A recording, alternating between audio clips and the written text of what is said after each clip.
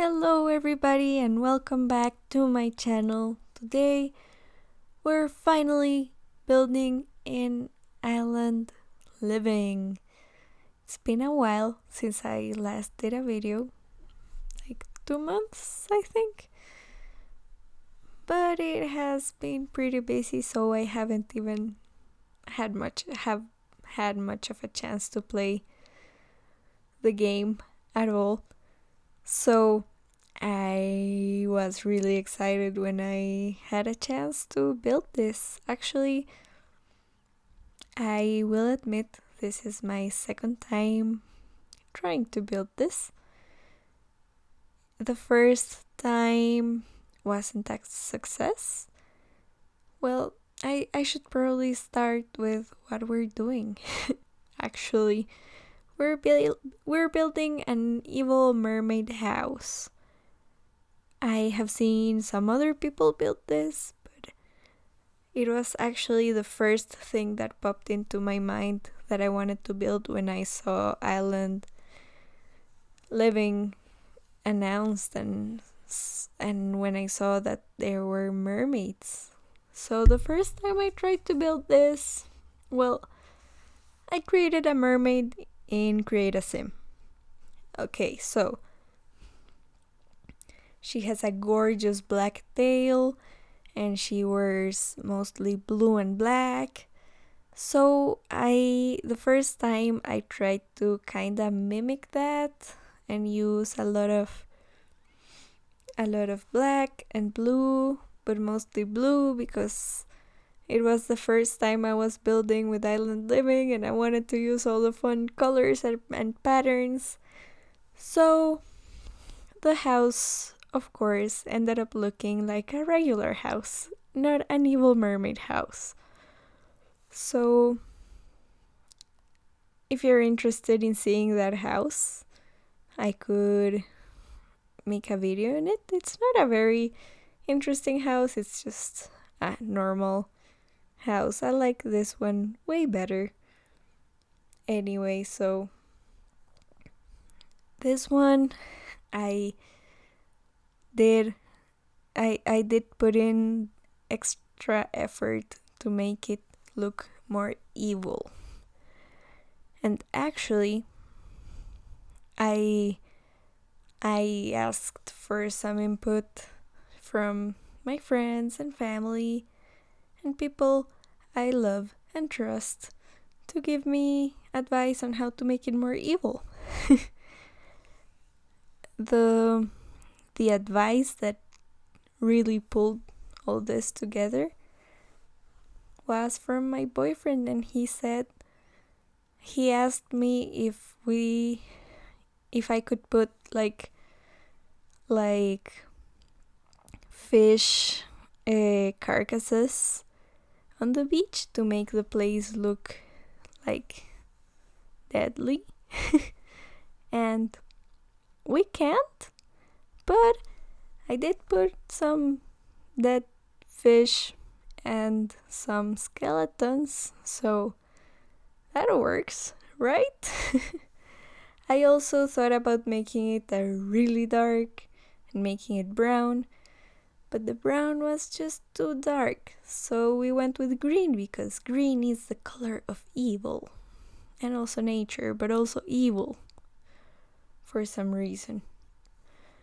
So yeah, I'm still learning how to work with these foundations, and I'm not an expert at this type of houses. Oh, and those stairs go right into the water and they work in game. I tested them like several times because I couldn't believe they worked. Because how amazing is that? So, I still haven't had much of a chance to play with Island Living, so I'm still freaking out about the water and the ocean and mermaids and all that, and I just the Island Paradise for The Sims 3 was what made me get into the Sims community in the first place. So island living was pretty special for me. And it's a shame that I don't have as much time to play with it right now. I will have some more time later, I think. But yeah, so this was really exciting for me.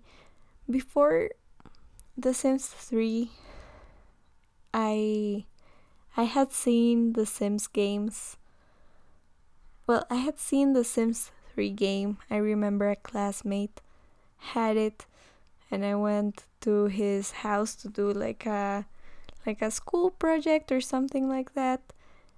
And he showed us his video game collection, and then he pulled out the Sims 3. It was just released. I remember it like it was yesterday. And I saw the case, and I was immediately like, wow.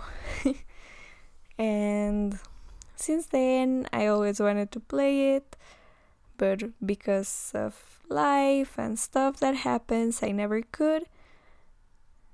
And then I discovered YouTube and gameplays, and I started watching Live Simmer.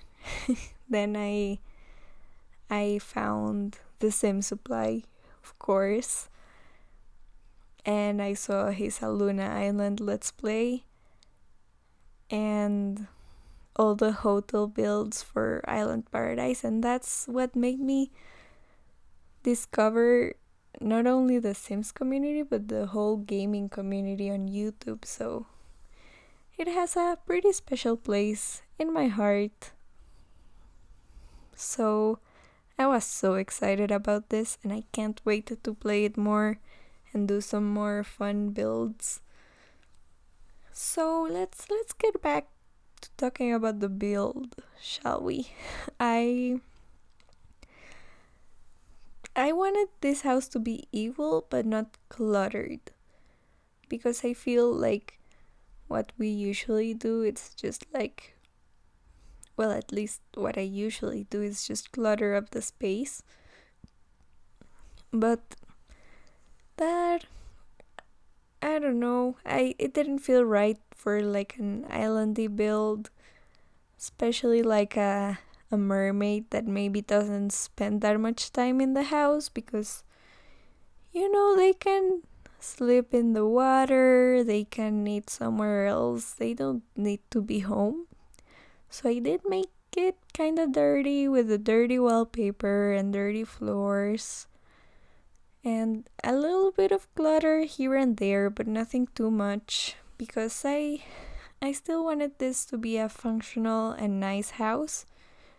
If you change up the colors of this house and the landscaping, it can be just a normal, beautiful little house for a regular sim. So yeah, I didn't want it to make it too overwhelming, because even though I love how cluttered I love how cluttered houses look in The Sims 4, I don't like to play in them. I have done it with one of my earlier builds. I made a witch house, and it was so cluttered and it looked so good. But then I played in it because I can never help myself. I always want to play with the houses I build. So I played with it, and a lot of the stuff wasn't working properly. The sim couldn't move around great. So I since then I've tried to keep in mind to not only do what looks good, but also what works good. So as you can see, the landscaping is changing a little bit. Everything is becoming more dead, more creepy, more dirty.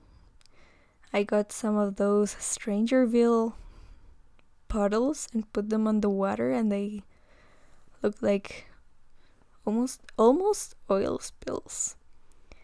and some seaweed on the shore and fish and all stuff like that. Crates, creepy looking kinda dead grass. And of course I built this after the update with that was last week was the update released. So I of course had to use a bunch of debug items. Well, new debug items. In case you didn't know, they added, I think it was 1,000 new objects to the debug. It's mostly objects from around the world that they unlocked. These objects don't work like normal ones, so Sims can walk through them and stuff like that. So I use them mostly mostly as a decoration. So yeah, and you can see it's already looking more and more like a creepy, maybe even abandoned house. But not quite so abandoned. So yeah, it was pretty fun to see all the stuff they added. They added a bunch of rocks, so of course I had to use a lot of rocks to make it look like a place you may want to steer your canoe away from. And yeah, this house it's not that big. The layout is mostly done. I'm not gonna lie, I had trouble building this after not building for 2 months, not even opening the game. So it was a little bit of a challenge. It was fine. But yeah, I really like how it turned out. This is basically how the exterior ends up. Now we're just gonna go around and clutter a little bit here and there. Oh, by the way, this house is on the gallery right now as the Evil Mermaid house, or you can search my username KaloaGames, of course. And there was something else I had to say that I forgot about.